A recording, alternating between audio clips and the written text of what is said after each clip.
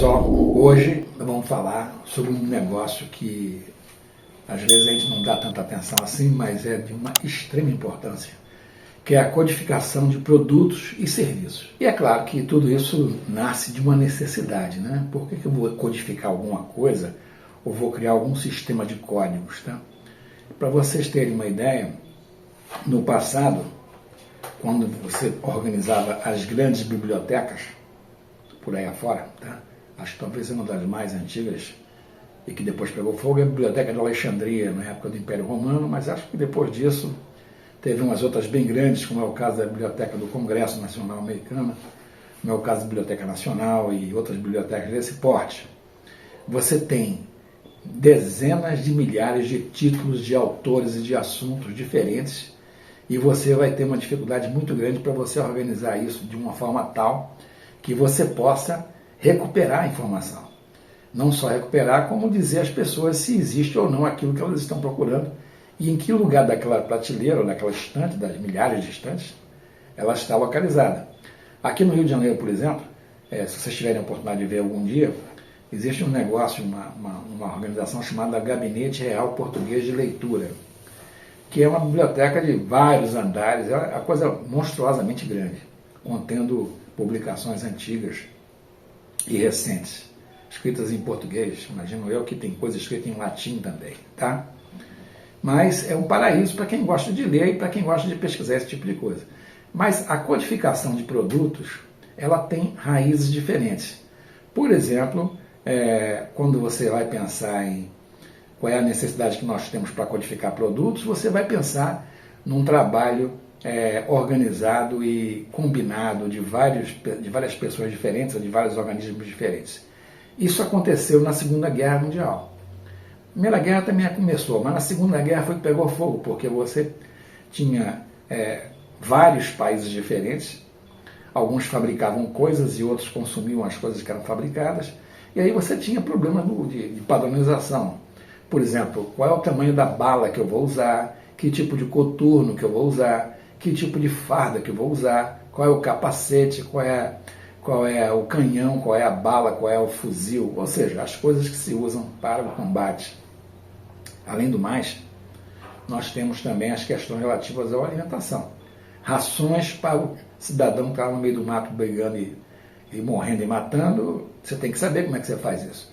E aí se criou um método muito interessante chamado Sistema Federal de Classificação de Materiais, o Federal Supply, que depois veio a ser adotado pelas empresas. Eu vou voltar um pouco no tempo, onde isso tudo realmente começou a despertar o interesse, foi quando houve a necessidade de se fazer o censo habitacional lá nos Estados Unidos, por volta de no começo do século XX, se não estou enganado. Começaram os primeiros cartões perfurados, que vocês devem ter ouvido falar de algum lugar, tá? Que são cartões em que você registrava as informações e esses cartões eram classificados e organizados e em função disso o computador da época conseguia imprimir coisas. Eu sou tão antigo nessa história que os primeiros computadores que eu comecei a mexer, eu cheguei a mexer numa máquina que perfurava cartão, era uma KP29 da IBM, na PUC.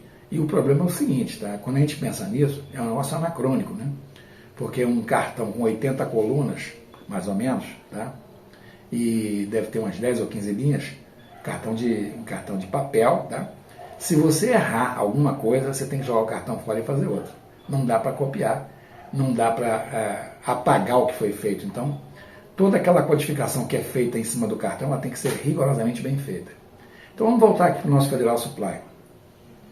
O Federal Supply se mostrou um sistema de codificação de materiais e de produtos e eventualmente de serviços que abrangia todas as coisas possíveis e imagináveis.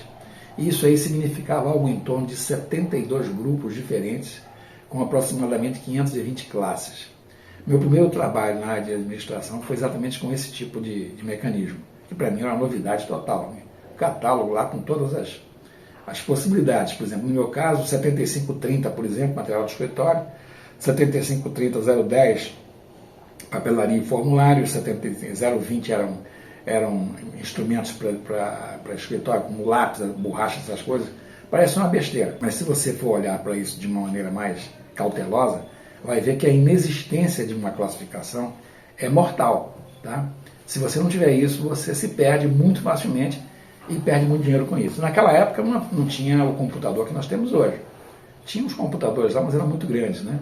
Ninguém usava o computador para mexer muito nisso. Não. Depois é que ficou mais fácil, as máquinas se tornaram mais populares e hoje em dia você tem regras de classificação aplicáveis em qualquer lugar. Agora, isso é importante porque isso evoluiu depois, quando se passou a usar código de barra, que na realidade é o mesmo código, só que o formato desse código é diferente. Em vez de você ter um número ou uma letra, você tem barras verticais, tá? E dependendo da organização dessas barras, elas te passam alguma leitura. Então você tem um leitor de código de barras que você passa ali e essa aí se transforma num número, e esse número é o código daquele produto que foi esse código de barra. Existe uma organização no Brasil, se não me engano, acho que é a GSI, se não me engano, que ela se dedica a criar os modelos e os mecanismos para que esse código de barra seja uma coisa padronizada em tudo quanto é lugar. E hoje você tem isso. Quer dizer, você pode observar que praticamente não, todos os produtos que estão no mercado têm um código. Esse código é um código de barra. Esse código de barra obedece a uma regra de formação. Tá? Não é a mesma regra do Federal Supply que eu falei antes, é uma outra regra. Por exemplo, no caso aqui da nossa empresa, nós tínhamos um prefixo nosso, se não me engano, acho que era 78. Então, estando eu no Brasil sendo 78, isso aí significaria que o número que vem depois, o 78, é um número de 8 algarismos, era um número que foi atribuído pela minha empresa para alguma coisa que eu fabriquei ou que eu importei. Eu posso também usar o código que vem de fora, já pronto, porque o meu amigo exportador também usa o mesmo recurso, e em vez de eu fazer um código, eu uso o código dele. É possível fazer isso também, mas isso aí são questões administrativas. Tá? Então, no caso do produtos e serviços, eu quero lembrar a vocês que essa mesma ideia de se fazer essa codificação, ela migrou para um outro ambiente, que é como você vai classificar tributação em cima de cada produto. Existe um negócio chamado tabela do IPI, é a TIP. Essa tabela do IPI tem todos esses códigos, todos os grupos e todas as classes, só que além de ter o grupo e a classe, tem também as informações relativas às características de tributação daquele produto que está naquele código. Se tem isenção de IPI, se não tem, se o ICMS é completo ou se não é. Aliás, o ICMS ele não mexe, quem vai mexer com o ICMS é uma outra coisa. Ele vai mexer se vai ter II ou se não vai, se seria preciso, se é necessário uma autorização prévia para você importar. Por exemplo, se eu quiser importar uma Glock, por exemplo, eu não posso importar, a menos que eu peça autorização ao organismo que controla aquilo ali, que no caso é o Exército, poderá negar ou não. Se eu quiser importar um remédio, eu também não posso. Eu tenho que pedir autorização a quem faz isso, que é, no caso desse remédio, é a Anvisa.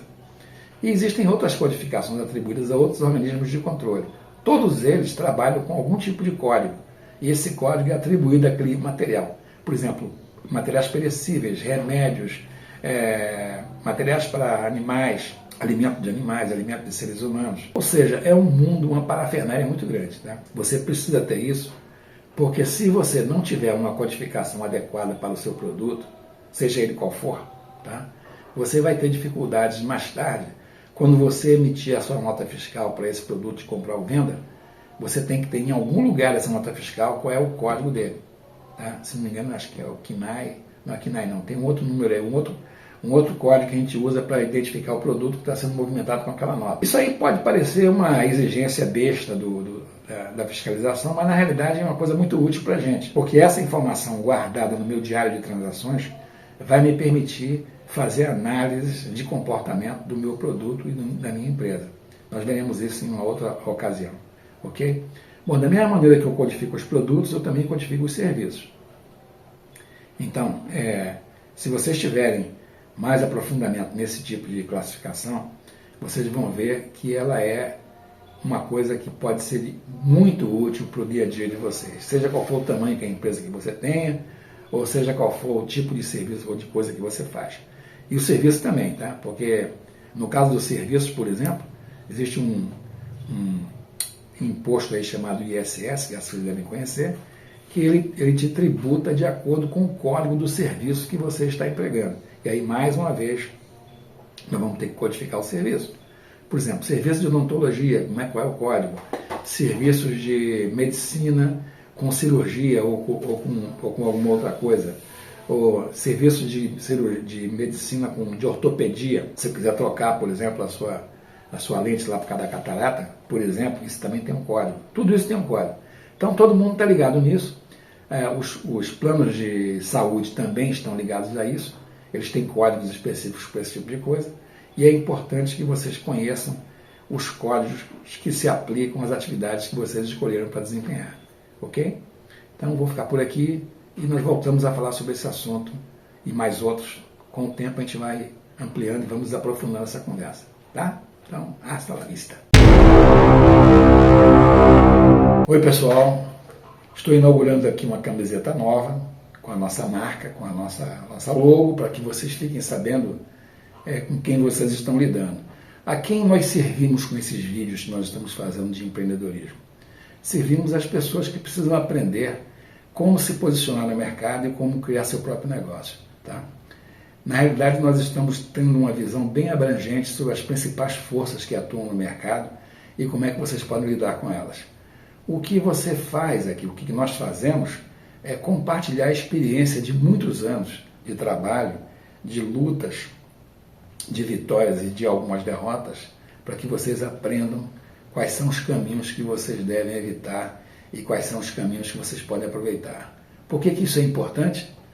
Porque muito raramente vocês vão encontrar no mercado alguém ou algum grupo que reúna informações sobre esse espectro tão amplo do segmento de mercado e que possa ser útil para vocês entenderem isso tudo de forma fácil e agradável, sem grandes mistérios.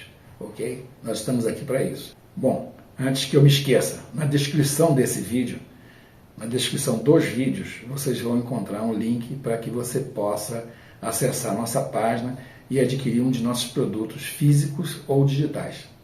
Dá uma passadinha lá, vocês vão gostar. Ok, pessoal? Então, muito obrigado aí pela atenção de vocês e hasta la vista.